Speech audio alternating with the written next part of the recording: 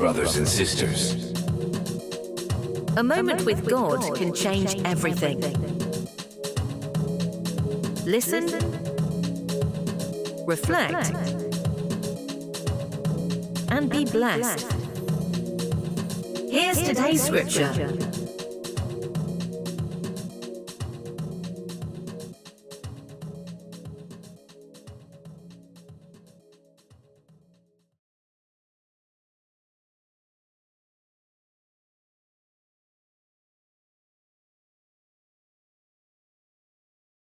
A really powerful one. 1 Corinthians 14, verse 33. It's short but says a lot. For God is not a God of confusion, but of peace, as in all the churches of the saints. Okay, not confusion, but peace. That seems fundamental. It was key teaching for the early church. Oh, definitely. The source explains this was directed at some pretty chaotic stuff happening in the Corinthian church gatherings. Chaos. Like what? Well, spiritual gifts were involved. Things like prophecy, which the source describes as messages believed to be from God and speaking in tongues, supernatural languages. Okay. But they're being used in ways that were, frankly, disruptive, not helpful. Paul needed to bring some order, some mutual respect back into it.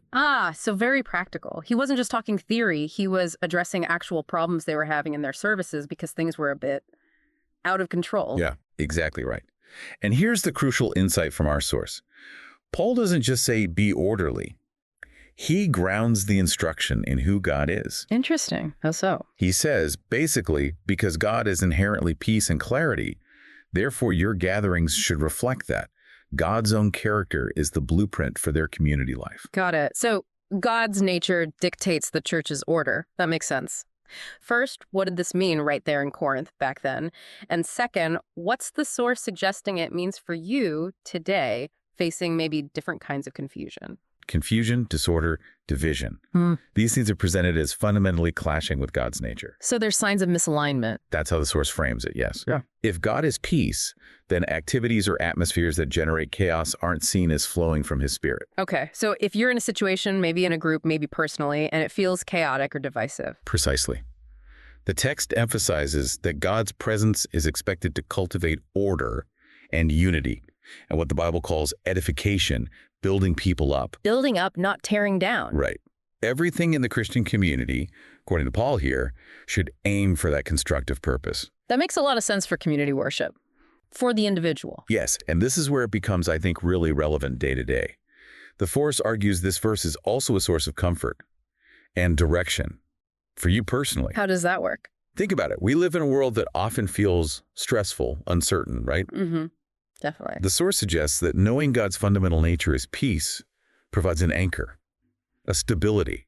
So when your own life feels chaotic or decisions are confusing, You turn to God. you turn towards his word, his presence. That's the invitation this source draws out, seeking his wisdom, his calm in the middle of your storm. So the principle extends way beyond just church meetings. It's a guide for, well, everything, daily life. Aligning your life with God's peace in decisions, in relationships, in your own spiritual walk is presented as the way towards living with more confidence, more purpose. Okay, let's try and, pull these threads together from our source material. That's good. Key takeaway number 1.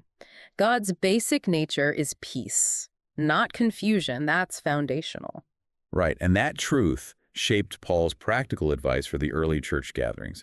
Aim for order, unity, building each other up. And consequently, confusion and division are seen as, well, out of sync with God's character. Exactly. Then there's a personal application. Right. For you, the listener, God is peace as a source of stability in a sometimes chaotic world.